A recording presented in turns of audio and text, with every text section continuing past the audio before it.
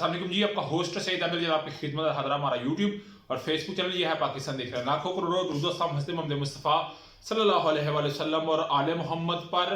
Supreme court में आप जानते हैं कि 9 रुकनी बेंच जो है वो समाअत कर रहा था पंजाब और खैबर पख्तूनख्वा में इंतखाबात के लिए, मगर उस बेंच के मतलब बड़ी अपडेट है कि वो बेंच टूट चुका है और इस पे सारे के ऊपर मैं बात करूंगा कि 11 से 12 फिर 12 से 1:40 पे क्या ऐलान हुआ, कहाँ मीटिंग हुई। मगर उस सारे मामले में जो सबसे बड़ी एक बात करने वाली है वो है जनरल रिटायर अमजद शुएब साहब। जनरल रिटायर अमजद शुएब साहब को गिरफ्तार कर लिया गया है।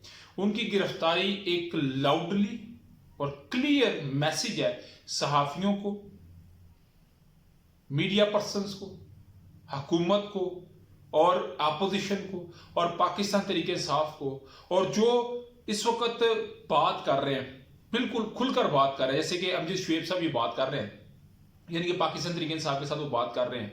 इन तमाम को खुल्लम खुल्ला जो है वो बता दिया गया है कि कोई भी मुकद्दस गाय नहीं है। अगर हम अपना जर्नल पकड़ सकते हैं तो फिर याद रखिएगा कुछ भी हो सकता है। हामिद मीर साहब ने ये बात कही है, उन्होंने कहा जी, क्योंकि अमजद शुएब साहब ने जो बात कही वो मैं भी बताता हूं कि एक टीवी शो के अंदर बैठे की, उन्होंने कहा जी उस एंकर को भी गिरफ्तार किया जाएगा और मजीद गिरफ्तारियां भी हो सकती हैं।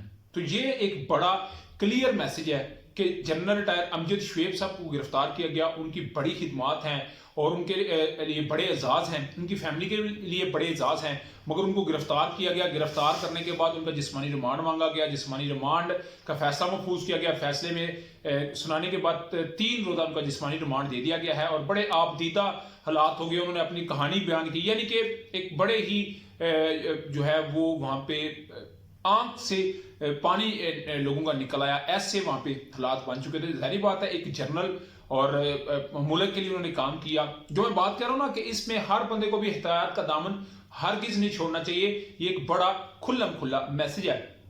उनके ऊपर जो मुकदमा दर्ज किया गया है वो FIR सामने आ चुकी है। उसमें मुकातों पर यह बात कही गई है कि जी अमजद शुएब साहब है वो एंकर से सवाल करता है जेल बरो तहरीक का। वो कहते हैं जी कि जेल बरो तहरीक का कोई फायदा नहीं है, क्योंकि हुकूमत को इस चीज का एहसास ही नहीं हो रहा। अगर हुकूमत को एहसास होगा तो फिर इसका फायदा है।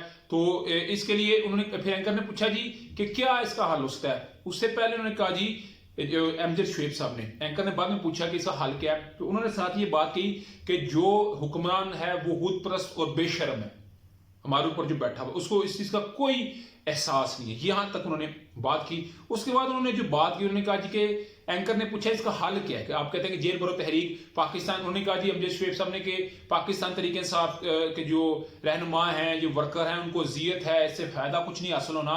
इसका एक ही हल है कि जो इस्लामाबाद के अंदर सरकारी अफसरान बैठे हुए हैं वो इस चीज से इनकार करते हैं कि जी हमने काम पे नहीं जाना, हमने अपने ऑफिस में नहीं जाना, तो हुकूमत के ऊपर जो है वो बड़ा असर पड़ेगा, हम घर बैठे हुए हैं। यानी कि उनके घर बैठने से एक हुकूमत के ऊपर बड़ा प्रेशर बिल्ड होगा। इस बात को जो है वो उजर बनाया गया है मामले को, और फिर उनके ऊपर जो है वो बगावत का FIR दे दी गई। यही बात है, वो समझते हैं कि ये बगावत है, ये सरकारी अफसरान को हुकूमत के खिलाफ। वो इस्लामाबाद के अंदर आप जानते हैं सारी की सारी ब्यूरोक्रेसी जो है वो इस्लामाबाद के अंदर बैठी हुई है, तो उनका जो है वो एक जो इशारा था वो उन ब्यूरोक्रेसी की तरफ था।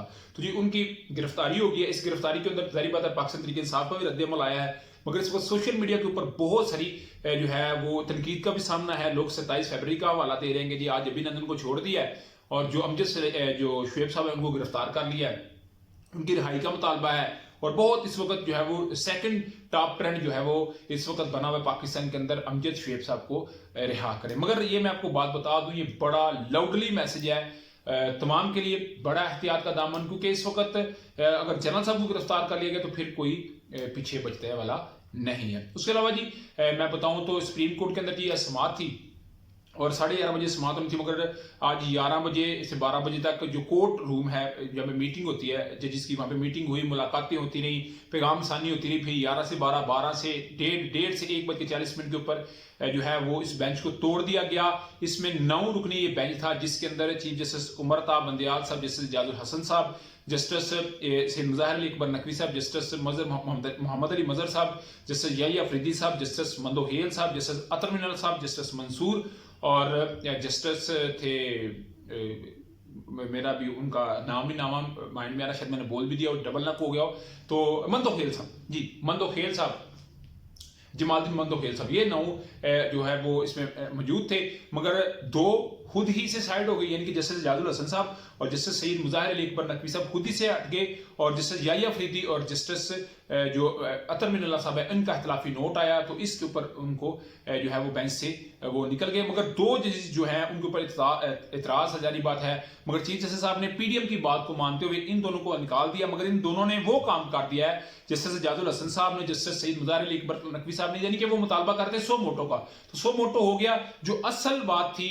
अपने घर लाने वाली बात थी, और अदलिया को ये समझाने वाली बात थी कि आइन की पामाली हो रही है, तो उसके ऊपर जो है वो उन्होंने नोटिस लिया। मगर कल 9:30 बजे तक की समाअत को मुलतवी कर दिया गया है। गवर्नर के वकील ने बातें की, जो है वो उन्होंने बातें की चीफ जस्टिस उमर ताब बंदियाल साहब। मुझे लगता है कि 2 दिन के अंदर अंदर इंतखाबात की तारीख का ऐलान हो जाएगा, और पीडीएम की बात जैसे चीफ जस्टिस साहब ने मानी है, अभी चीफ जस्टिस साहब जारी बात है ये इंतखाबात की डेट हर सूरत देंगे। उसके अलावा जी कल एक बड़ा दिन है कि इमरान खान साहब के मतलब बाबर अमान साहब ने, फवाद चौधरी साहब ने ये बात कह दिया कि इमरान खान साहब इस्लामाबाद आएंगे, बैंकिंग कोर्ट दरख्शा शहीन की अदालत में, सेशन कोर्ट में और फिर तोशाहाना में उनके ऊपर फर्द जुर्म आयद होगी। और कल एक बड़ा दिन है जो है वो पाकिस्तान तरीके इंसाफ के लिए और पाकिस्तान के लिए कोई बड़ा ब्रेक थ्रू या टर्निंग पॉइंट भी साबित हो सकता है, क्योंकि मुझे ये लगता है कि किसी सूरत ज़मान पार्क के अंदर कोई ऐसा जो है वो नई कोई इंजॉयमेंट का काम किया जाएगा।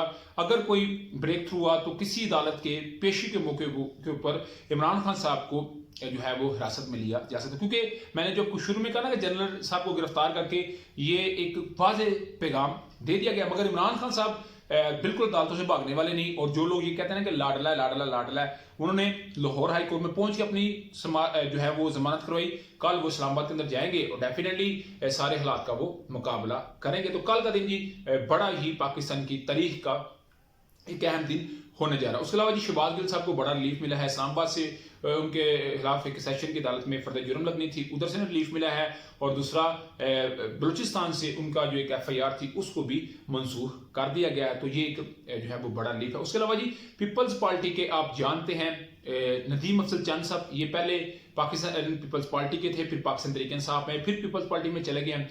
उन्होंने बकाया तौर पर ये बात की है, और बड़े सीनियर रहनुमा हैं, ये सरगोदा से इनका तल्लक है। वो ये बात कहते हैं कि शाहपुर जेल में पाकिस्तान तरीके इंसाफ के रहनुमा को रखना और फिर कसूरी चक्की में रखना, पानी बाहर से ना मंगवाना, ना पानी देना, ना खाना बाहर से मंगवाना, और इस तरह का सियासी कारकुन के साथ हालात रखना, ये को अच्छा जो है वो तर्ज अमल नहीं। यानी कि इस वक्त जो हुकूमती अरकान है जो समझते हैं, उन्होंने भी इसके ऊपर तनकीद करनी शुरू कर दी है। तो ये एक बड़ा जो है वो हुकूमत के लिए सरप्राइजिंग फैक्टर भी हो सकता है। आप क्या समझते हैं? लाजमी करने से शेयर कीजिए। वाला वीडियो पसंद है तो चैनल को लाइक सब्सक्राइब अपने दोस्तों शेयर कर लीजिए। नेक्स्ट तक के लिए होस्ट को जय अल्लाह ताला आपका हामी नासिर। अस्सलाम वालेकुम।